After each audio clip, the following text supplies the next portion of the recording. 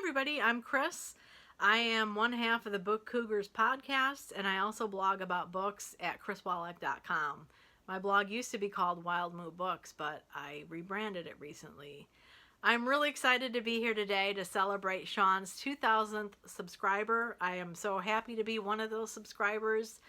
I really love the content that you provide, Sean, and your tags are funny and thought-provoking. I also enjoy your Bale videos. I think we have really different reading tastes, but enough overlap that you are very relatable to me. I still can't believe you don't like genre fiction, but that is a topic for another day.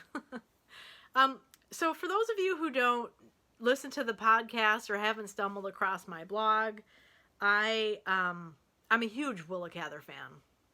Huge. I don't know why. I do know why, actually, and I'll talk a little bit about that. But Sean has given me full permission to go full Willa Cather on you all, so buckle up. I thought I would just start off by saying a little bit about how I got turned on to Willa Cather.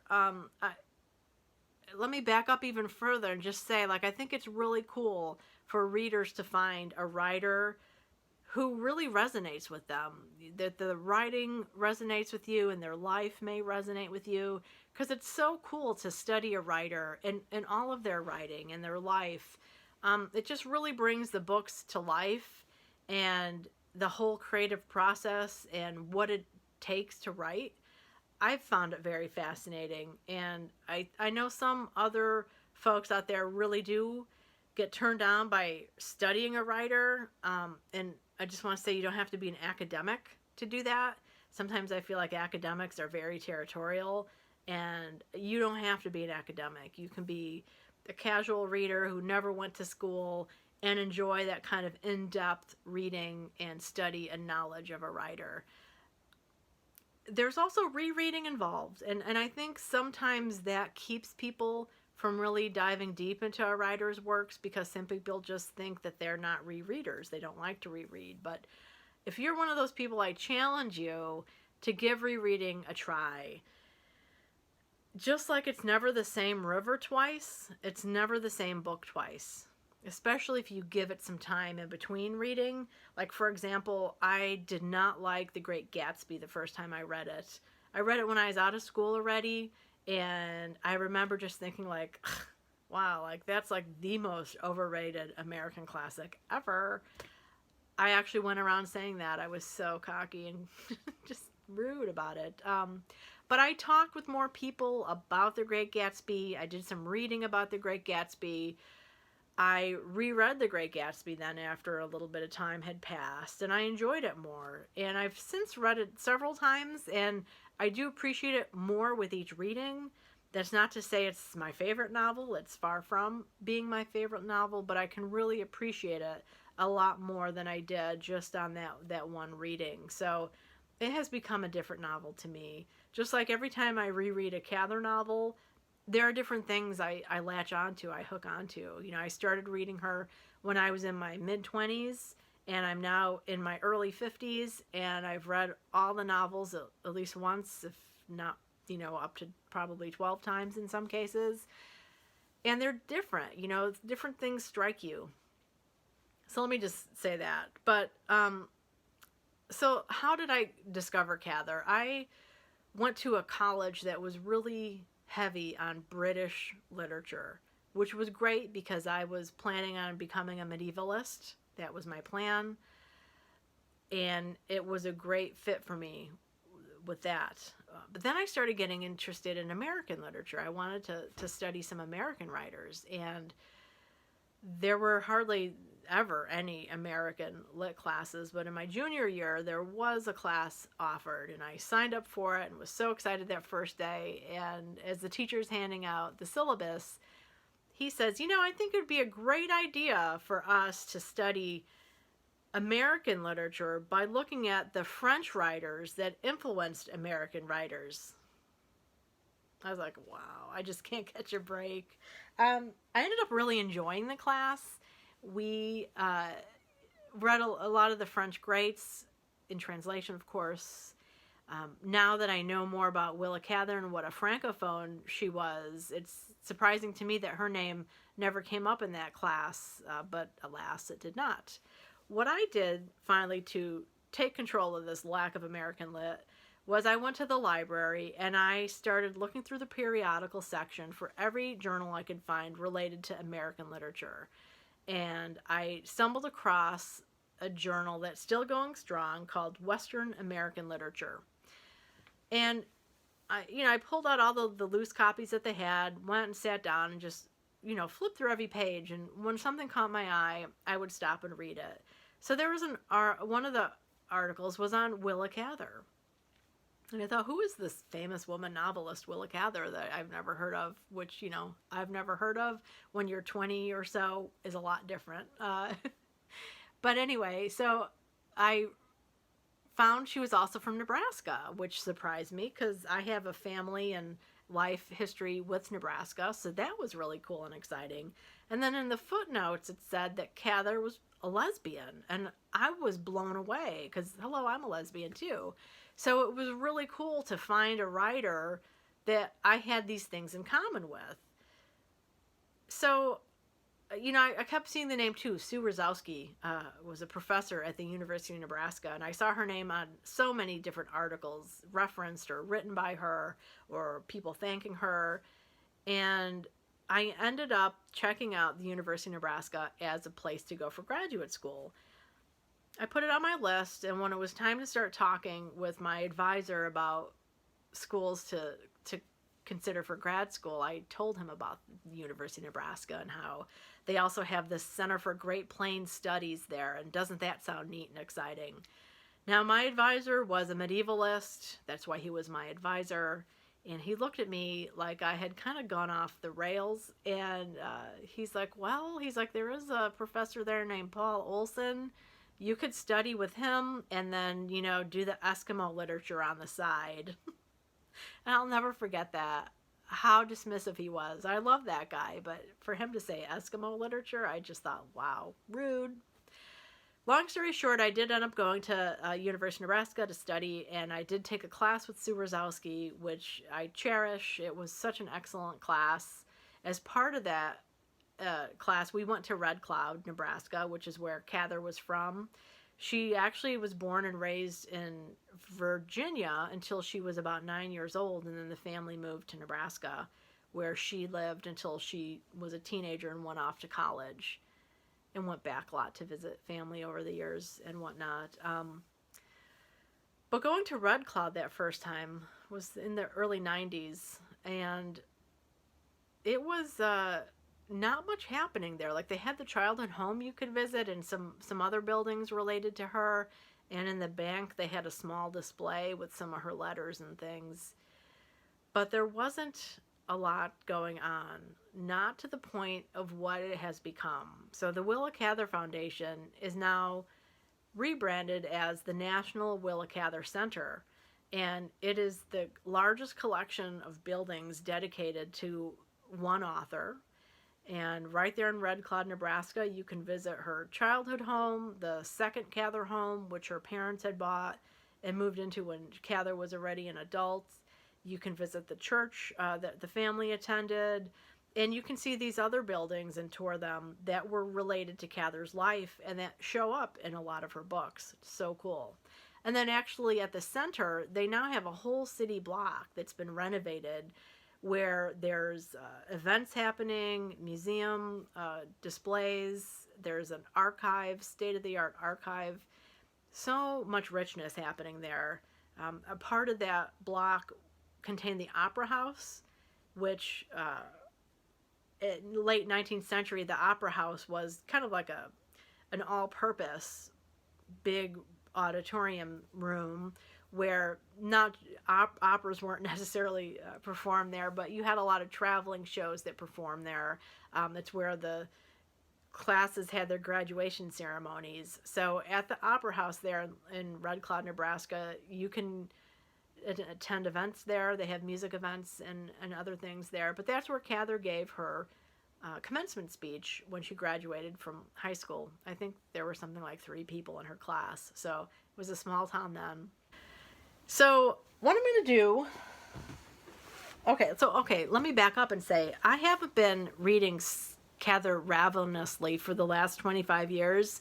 There was a period where I just kind of strung out her novels that I didn't read for school because I wanted them to last. Because, I mean, that is one of the hard things about finding a writer that you love who's dead. Once you finish what they've written, that's a, you know, unless you have the rare thing that's discovered in an attic somewhere. So this is how I came to read my last Willa Cather novel. She published 12 novels in her life, and the last one I had to read was called Shadows on the Rock, and it's set in Quebec, Canada. And I just was kind of waiting because it was like the last one. So in the meantime, Louise Penny, the mystery writer, I got hooked on her. And she's from Canada, and one of her novels, I can't remember which one, was actually set in Quebec proper. And I thought, okay, this has completely motivated me to finally read that last Willa Cather novel. And I was thinking about maybe rereading all of Cather's novels, which is what I ended up doing as kind of a reading challenge for myself in a celebration. But I also made it into a public read along as well for folks who wanted to read Cather. And some people read, I don't think very many people read all 12, but people dipped in here and there. The first Cather novel was called Alexander's Bridge, and it was very much a Jamesian type novel. Henry James was a 19th century writer who was kind of the American writer of the day. And Cather was a devotee of his writing, and it's very much reflected in her early short stories, and then in this early novel too, Alexander's Bridge, which is a conventional novel of the time period, but I think it's a fine story. I have enjoyed reading it. But Cather disowned it. She really didn't want to acknowledge it, and has often said that Oh Pioneers, you know, she claimed Oh Pioneers as her first novel. I'm having a bit of an avalanche situation here. Okay, so I have this huge stack of Cather books right here because I just want to give you a quick rundown of the novels. The first one was Alexander's Bridge, which I mentioned. That one came out in 1912. Her first novel that made a splash was Oh Pioneers, which came out in 1913, and it is about Alexander Bergstrom, she comes to America from Central Europe and is a pioneer family. Her father dies. There are two older brothers, and she is given control. The father knows that she's the one who has the spirit and the brains and the work ethic to do what needs to be done to settle the land. The other two brothers kind of grumble about things, but they go along with it, even though this is spoiler-ish, but you know, they do kind of backstab her or attempt to backstab her. But she creates pretty much an empire. So it is a fantastic story about early pioneers and a really strong woman character. Highly recommend it. Her next novel was The Song of the Lark. This one came out in 1915. And it is the story of Thea Kronberg, or Thea Kronberg, I've heard it pronounced both ways, who was a young woman, a young girl actually at the beginning. She's from a town called Moonstone, Colorado, which is a fictional town, and it's actually based on Red Cloud, Nebraska. This is a very autobiographical novel in a lot of ways. Many of the scenes that are depicted actually Cather experienced. One of the famous ones for folks who are into Cather is when Thea gets wallpaper and wallpapers her room, her little cave room that is up in the attic, and she has her own wing. It's the first time she has her own bedroom. So she wallpapers it herself and is, you know, snuggles in bed and reads at night. And that wallpaper in Cather's real life is still there in her room in Red Cloud, Nebraska. And they are right now doing a big renovation to try and restore the wallpaper, or, you know, figure out what best to do, because it is up in an attic. It's not a heated situation. So for those of you who don't know about Nebraska, it's super cold and dry in the winter, and then in the summer it's really hot and humid. So you know what that does to paper products. But that's something that they're working on. And it's really cool to visit an author's home and see a visual space of something that was written about in a book. And for the longest time, people ask me what my favorite Cather novel is. And for the longest time, it was The Song of the Lark. I love all of her novels, I have to say. And The Song of the Lark captured my heart for the longest time. Check it out if you were into artists, female artists. It's a really excellent story. Next up was the big novel, and it is My Antonia. You can see I read it recently again. I'm a big fan of these plastic tabs. Although now I wish they were biodegradable, because you know plastic and the oceans are not friends, and I'm a big fan of keeping our oceans safe and healthy. My Antonia is the hot novel of these current days of Cather studies. It was written in 1918, so it just celebrated its 100th year last year. They did a lot of events around the country for that centennial. It is the story of Antonia, who is also a European immigrant who came over with her family, and what she goes through as a young woman. It's told through the lens of a man named Jim Burton, and like Cather, who came from Virginia at a young age, he comes from Virginia at a young age and experiences many of the same things Cather had in her real life, in her actual life, I should say. It's a great story. It is very episodic. Some people, I actually run a Willa Cather book club here in Connecticut, and some people really had a hard time with it because it's episode after episode. It's not like a straightforward narrative plot that builds in that way. But I love it. It's a beautiful novel. It is one that is taught a lot today about the immigrant experience in America.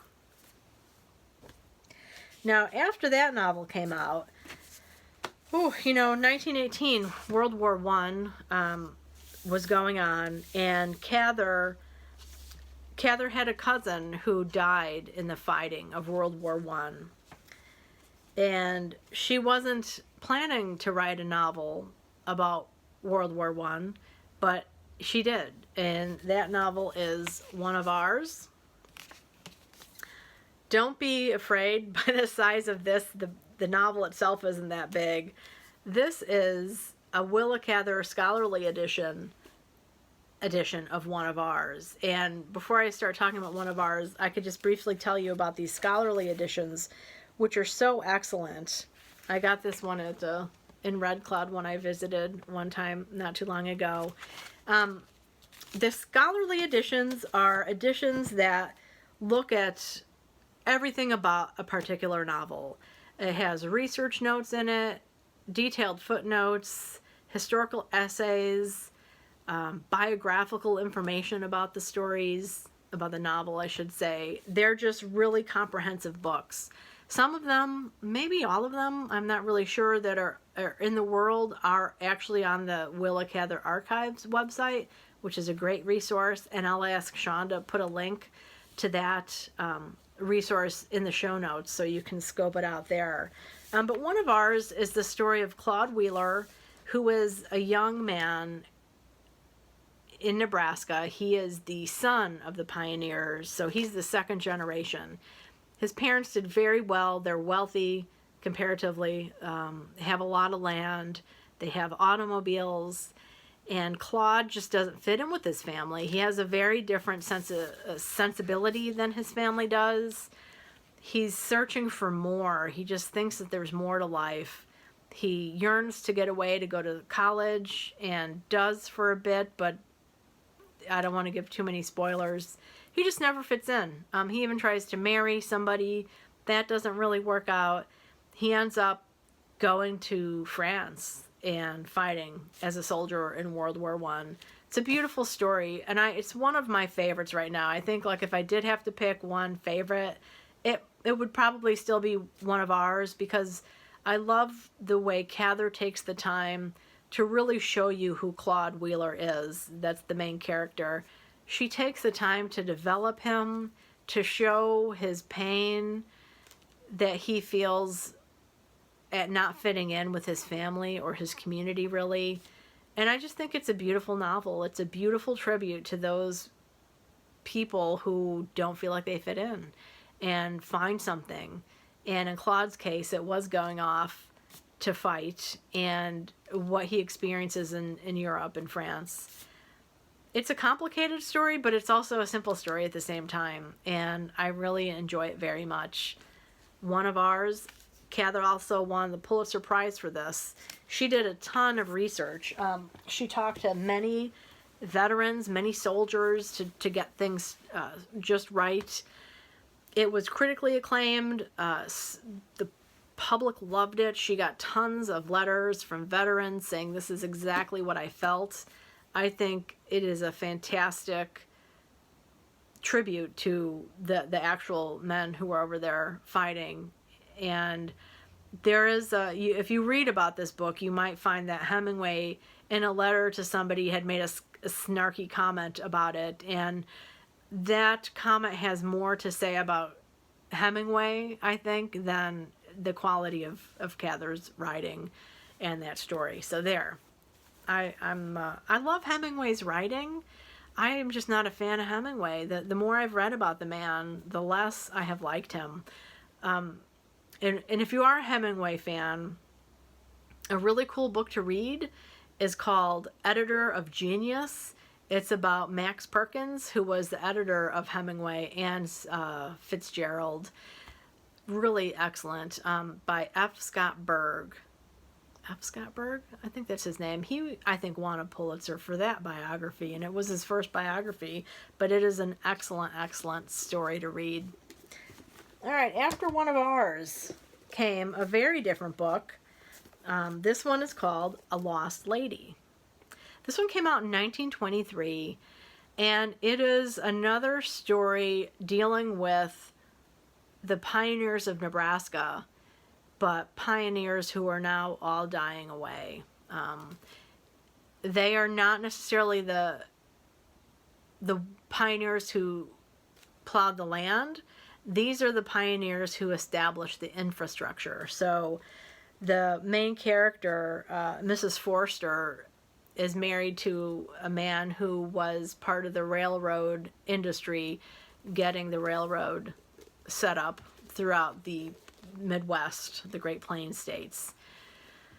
Oh, it is a sad book. It really is. It is about the falling away of a way of life, and much has been made about Cather's statement that in 1922 or thereabouts the world broke in two.